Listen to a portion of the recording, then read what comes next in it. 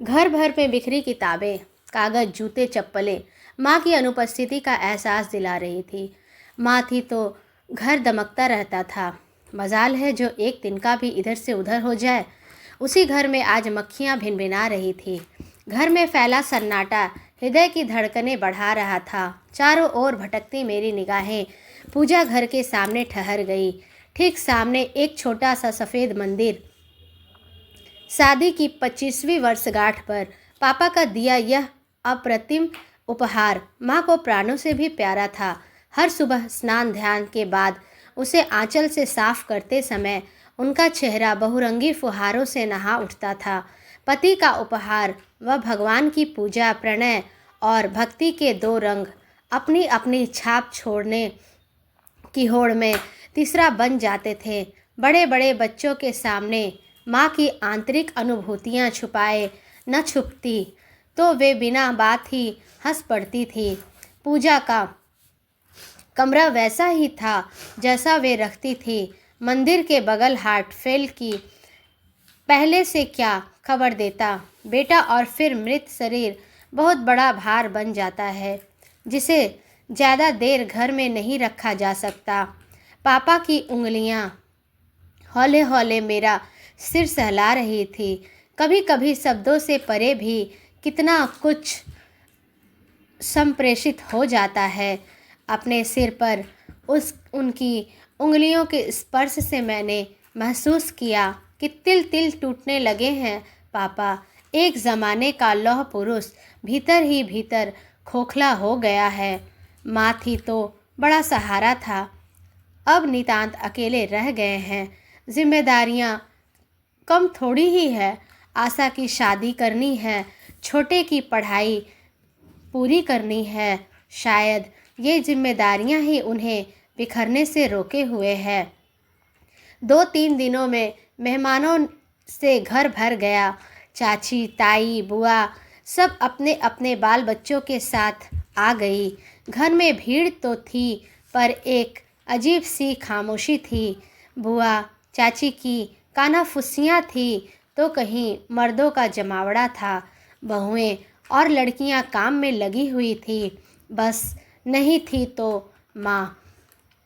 मेरे विवाह के समय कभी लोगों की आव भगत करती माँ, एकांत में बेटी के बिछोह में स्नेह विगलित दुख के आंसू पोंछती माँ, रसोई में बैठी आँच से तपते चेहरे वाली माँ, आते जाते मेहमानों के पैर छूती माँ, भंडार के सामान निकालती माँ, मुंह छिपाए रोते पापा को आत्मीय झिड़कियाँ देती माँ। माँ की एक एक छवि चलचित्र सी मेरी आंखों के सामने तैर रही थी। माँ की मृत्यु पर संबंधियों के औपचारिक व्यवहार ने हम तीनों भाई बहनों को स्तब्ध कर दिया था। 13वीं के दिन महापात्र को सामान देते समय मुंह में दुपट्टा दबाकर सुबक पड़ने वाली आशा पीछे से आते संवेद रुदन को सुन हिचकियां दबाकर अंदर भाग गई।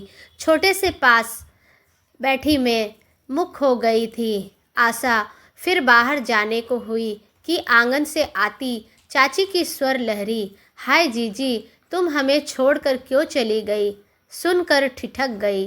दीदी, पापा ने इन सब की ढोंग दिखाने के लिए क्यों बुला लिया? ये वही चाची है जो जिंदगी भर माँ को ताने मार मार कर छीलती रही है। आशा ने भीतर का दुख और गुस्सा दबाकर कहा, क्या कहूँ, क्यों बुला लिया? न बुलाते तो शिकायतों का अटूट सिलसिला पापा को उम्र भर चैन से न जीने देता। उन्हें भी समाज में रहना है और यही लोग समाज है। आज के सगे भाई बहन कल रिश्तेदार और परसों समाज बन जाते हैं। आशा, जरा हलवाई से मुन्ने को लड्डू दिलवा दे, बड़ी देर से रो रहा है। पसीना पोंछती हुई चाची आई और धम से पंखे के सामने बैठ गई। चाची, अभी रो कौन रहा था? आशा ने हैरानी से पूछा। अरे मैं ही थी। इस मौके पर जब कड़ाही में पहली पूरी पड़ती है तो रोया जाता है। बड़ी जीजी बाहर बैठी थी, इसलिए मुझे ही पहली पूड़ी डालने की रस्म निभानी पड़ी। आशा का चेहरा गुस्से से तमतमा उठा। मुझे डर लगा कि वह कुछ अनाप शनाप न कह बैठे, लेकिन चाची आंगन में नवागत पड़ोसन को देख पल्ले से मुंह दबाती कमरे से निकल गई। वे जीजी के प्रति शोक प्रकट करने का कोई भी मौका छोड़ना नहीं चाहती थी। कुछ ही देर में उनके औपचारिक रुदन का स्वर वातावरण में फैल गया। 4-5 महिलाएं उनके सिर और पीठ पर हाथ फेरते हुए उन्हें चुप कराने लगी। छोटे मेरे पैर पर सिर रखे रखे सो गया। उसे लिटाकर उठी तो अपने और आशा के बारे में सुनाई पड़ा। लड़कियां कहाँ है? भीतर बैठी है। सुना है बेटियों ने एक भी आंसू नहीं गिराया। पत्थर का कलेजा है दोनों का। इन पर क्या कहा गया सुनाई नहीं पड़ा। बाहर गई तो सब तिरस्कृत निगाहों से घूर रही थी। माँ चली गई पर समय नहीं रुका। 13वीं हो जाने के बाद धीरे धीरे सारे मेहमान चले गए। आशा का कॉलेज, छोटे का स्कूल और पापा का ऑफिस जाना शुरू हो गया था, मगर घर आंगन के चप्पे चप्पे पर एक अजीब सा शून्य फैल गया था। पापा को ऑफिस जाने में रोज़ देर होने लगी। छोटे अक्सर बिना खाए जाने लगा। आशा का कॉलेज भी आज दिन छूटने लगा। माँ के अचानक चले जाने के बाद पता लगा कि हम सब कितने आश्रित थे उन पर। आश्चर्य तब हुआ जब मैं नाश्ता लेकर गई तो देखा छोटे भी पहले घंटी ठुनकने के बाद तैयार हो गया था। नखरे करके खाना खाता। माँ के लाड प्यार ने उसे अब भी छोटा बना रखा था, वरना 12-13 साल का बच्चा छोटा नहीं होता। आज तैयार होकर खुद नाश्ता करके बैठ गया। आधा पराठा खाया और उठ गया। दीदी भूख नहीं है, खा लो भैया, दिन भर भूखे रहोगे। मैं तो जानती भी नहीं कि माँ इसे कैसे मनाती थी। कुछ नहीं सूझा तो पूछा, माँ की याद आ रही है? उसके आंखें नीची कर ली, फिर बोला, दीदी क्या अब माँ कभी वापस नहीं आ सकती? नहीं भैया, मैंने मुश्किल से अपने को रोका। वह हिचकियाँ लेता हुआ मुझसे लिपट गया। यह क्या हो रहा है छोटे? तुम्हें स्कूल नहीं जाना? चलो बस्ता उठाओ। पापा नहाकर सीधे कमरे में चले आए थे। छोटे ने बस्ता उठाया और चुपचाप निकल गया। मैं बाहर आई, वहाँ आशा चौखट पकड़े रो रही थी। मुझे देखते ही लिपट गई। पीछे पीछे पापा भी आ गए। आशा बेटा, तुम तो धीरज रखो, तुम्हें देखकर छोटे भी रोएगा। चलो खाना लगाओ, भारी आवाज़ में पापा ने कहा। इसके बाद 2-4 दिन घर व्यवस्थित करने के लिए निकल गए। अकेला घर काटने को दौड़ रहा था। चारों ओर माँ का स्पर्श विहल कर रहा था। उस दिन इतवार था, जब लोग घर में ही थे। मैं नहाकर निकली तो देखा पापा गंदे कपड़ों का ढेर लगाए बैठे थे। मैंने ड्राई क्लीन करने वाले कपड़े एक तरफ रखे और बाकी कपड़े बाथरूम में डाल आई। खाना लगाकर पापा को बुलाने गई तो देखा वे बाथरूम में बैठे बनियान में बहुत सा साबुन लगाए उसे धोने की कोशिश कर रहे हैं। ये क्या पापा? मैंने उनके हाथ से बनियान छीन ली। आप छोड़िए, मैं धो लूँगी। तुम कब तक धोओगी? फिर तुम्हारे जाने के बाद अकेली आशा क्या क्या करेगी? तुम्हारा क्या ठिकाना कब अशोक लेने आ जाए? सच ही तो कह रहे हैं पापा, मैं तो भूल ही गई कि मुझे जाना भी है। पता नहीं गुड़िया कैसी रहती होगी बेचारी। मैं भी कितनी सी, मैं तो तार पाते ही अशोक के साथ चली आई थी।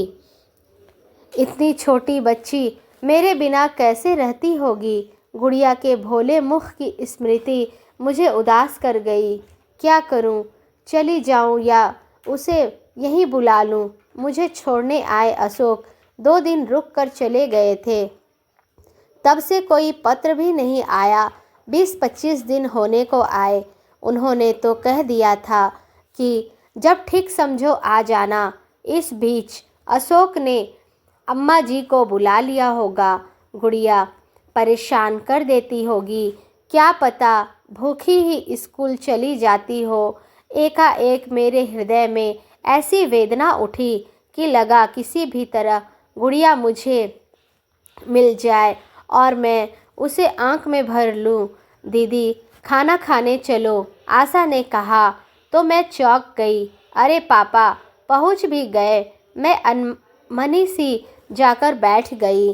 सब चुपचाप खा रहे थे। बीच बीच में पापा सबको बहलाने की कोशिश कर रहे थे। नीता तुम गुड़िया को क्यों छोड़ आई? पापा ने पूछा। जी मैं एकदम से चली आई थी ना। उस समय सुबोध और तारा वहीं थे, इसलिए मैंने फ्लैट में उंगलियां घुमाते हुए कहा उसे ले आती तो इन दोनों का मन भी लगा रहता। वहाँ कैसे रहती होगी? अम्मा जी आ गई होगी। दीदी गुड़िया को बुला लो, छोटे ने कहा। अब दीदी कितने दिन के लिए बुलाएगी उसे? इसे भी तो जाना है। फिर मेरी ओर घूमकर बोले, नीता तुम बता देना तुम्हारे लिए क्या क्या करना होगा। भाई मुझे तो कुछ मालूम नहीं है। सचमुच पापा को कुछ नहीं मालूम था। सारे आडंबर माँ ही समेटती थी। किसको क्या देना है, कहाँ क्या व्यवहार निभाना है, सब वही बताती थी। हर बार मेरे जाने के 4 दिन पहले से ही तैयारियां शुरू कर देती थी। ढूंढ ढूंढ कर मेरी पसंद की चीज़ें बनाती थी। आशा अक्सर कहती, दीदी तुम जल्दी जल्दी आया करो तो हमारा भी भला होता रहेगा। और फिर चलते समय सामान की तैयारी, कभी डलिया बांध रही है तो कभी मिठाई बना रही है। विदाई में मेरी साड़ियाँ और गुड़िया को कपड़े ज़रूर देती थी। चलते समय अशोक का टीका भी ज़रूर लग करती थी। उनकी डलियाँ देखकर अशोक कहते थे, ये सब कैसे जाएगा? वहाँ सब मिलता है। माँ सुनकर माँ की आंखें भर आती। जानती हूँ बेटा तुम्हारे घर में कोई कमी नहीं है, पर मुझे यह सोचकर संतोष मिल जाता है कि अपने घर पहुंचकर भी नीता 4-6 दिन मेरे हाथ की बनी चीज़ें खा लेगी। ऐसे समय कुछ नहीं दिया जाता पापा। और मैं अभी जा ही कहाँ रही हूँ। मेरे स्वर में पीड़ा छलक पड़ी। दीदी तुम मत जाना, गुड़िया को भी यहीं बुला लो, छोटे ने लिपट कर कहा। और अगर आज ही अशोक आ गए तो? पापा ने कहा। तो दोनों के चेहरे उतर गए। आशा उठ गई पर जाते जाते फुसफुसा गई, दीदी अभी जाओगी तो मेरी पढ़ाई चौपट समझो। कैसे जाऊं इन्हें छोड़कर? आशा पढ़ नहीं पाएगी, छोटे रो रो कर आधा हो जाएगा। नहीं नहीं मैं अभी नहीं जाऊंगी, गुड़िया को भी यहीं बुला लूँगी। पर फिर अशोक कैसे रहेंगे? अम्मा जी ज़्यादा दिन नहीं रुक सकेगी, क्योंकि उनके बिना गांव में बाबूजी को परेशानी हो जाए। तारा पढ़ेगी या घर संभालेगी? हे भगवान मैं क्या करूं? चाची को बुला लूं, लेकिन चाची के सामने छोटे के सहमे चेहरे ने मुझे सिहरा दिया। मैं चुपचाप जाकर माँ के पूजा घर में बैठ गई। लगा जैसे सारी उलझनों से मुक्त होकर शांति और पवित्रता के घेरे में आ गई हूँ। इस शांति को बूंद बूंद छुटकते हुए पीपल की मूर्ति को हाथ में लेकर सिंदूर लगाया तो लगा माँ पीछे खड़ी है। अरे नहले नहला तो ले भगवान को। और फिर वही चिर परिचित स्नेहिल हंसी। मेरी आंखों के सामने वे तमाम दृश्य ज्यों के त्यों तैरने लगे। पूजा घर में अगरबत्ती की भीनी भीनी खुशबू, छोटी सी घंटी की खनक, अशुद्ध उच्चारण में शिव स्तुति, बुदबुदाती माँ अपनी सांवली अनपढ़ उंगलियों से रामायण के पन्ने पलटते हुए मुझे हवन कुंड में आग ले आने का इशारा करती। मैं दरवाजे से निकलते निकलते साक्षात गौरी बनी माँ को देखती, जो पति के सामने ही मृत्यु का वरदान मांगते हुए आंखें मूंद लिया करती थी। शायद यह उनकी निश्चल विनती ही थी जो भगवान ने सुन ली और पूरी कर दी। दीदी तुम्हारा पत्र आया है, सुनकर माँ की आंखें भर आती। जानती हूँ बेटा, तुम्हारे घर में कोई कमी नहीं है, पर मुझे यह सोचकर संतोष मिल जाता है कि अपने घर पहुँचकर भी नीता 4-6 दिन मेरे हाथ की बनी चीज़ें खा लेगी। ऐसे समय कुछ नहीं दिया जाता पापा, और मैं अभी जा ही कहाँ रही हूँ। मेरे स्वर में पीड़ा छलक पड़ी। दीदी तुम मत जाना, गुड़िया को भी यहीं बुला लो, छोटे ने लिपट कर कहा। और अगर आज ही अशोक आ गए, तो पापा ने कहा। तो दोनों के चेहरे उतर गए। आशा उठ गई, पर जाते जाते फुसफुसा गई, दीदी अभी जाओगी तो मेरी पढ़ाई चौपट समझो। कैसे जाऊं इन्हें छोड़कर, आशा पढ़ नहीं पाएगी, छोटे रो रो कर आधा हो जाएगा। नहीं नहीं, मैं अभी नहीं जाऊंगी, गुड़िया को अभी यहीं बुला लूँगी। पर फिर अशोक कैसे रहेंगे? अम्मा जी ज़्यादा दिन नहीं रुक सकेगी, क्योंकि उनके बिना गांव में बाबूजी को परेशानी हो जाएगी। तारा पढ़ेगी या घर संभालेगी? हे भगवान, मैं क्या करूं? चाची को बुला लूं, लेकिन चाची के सामने छोटे के सहमे चेहरे ने मुझे सिहरा दिया। मैं चुपचाप जाकर माँ के पूजा घर में बैठ गई। लगा जैसे सारी उलझनों से मुक्त होकर शांति और पवित्रता के घेरे में आ गई हूँ। इस शांति को बूंद बूंद घुटकते हुए पीपल की मूर्ति को हाथ में लेकर सिंदूर लगाया, तो लगा माँ पीछे खड़ी है। अरे पहले नहला तो लो भगवान को। और फिर वही चिर परिचित स्नेहिल हंसी। मेरी आंखों के सामने वे तमाम दृश्य ज्यों के त्यों तैरने लगे। पूजा घर में अगरबत्ती की भीनी भीनी खुशबू, छोटी सी घंटी की खनक, अशुद्ध उच्चारण में शिव स्तुति, बुदबुदाती माँ अपनी सांवली अनपढ़ उंगलियों से रामायण के पन्ने पलटते हुए मुझे हवन कुंड में आग ले आने का इशारा करती। मैं दरवाजे से निकलते निकलते साक्षात गौरी बनी माँ को देखती, जो पति के सामने ही मृत्यु का वरदान मांगते हुए आंखें मूंद लिया करती थी। शायद यह उनकी निश्चल विनती ही थी जो भगवान ने सुन ली और पूरी कर दी। दीदी तुम्हारा पत्र आया है। आशा ने एक लिफाफा मेरी गोद में डाल दिया। अशोक का संक्षिप्त सा पत्र था। गुड़िया बीमार है, मैं 10 की सुबह का आ रहा हूँ। पढ़कर पत्र मैंने रामायण में दबा दिया और बैठी रह गई निशब्द। तारीख याद करने की कोशिश की तो याद आया 10 तारीख तो कल ही है। दोस्तों, यदि आपको मेरी कहानी अच्छी लगती है तो प्लीज़ मेरे चैनल को सब्सक्राइब करें और मेरे चैनल को सपोर्ट करें। मैं आप सबके लिए ऐसी ही अच्छी अच्छी कहानियाँ लाती रहूँगी। धन्यवाद।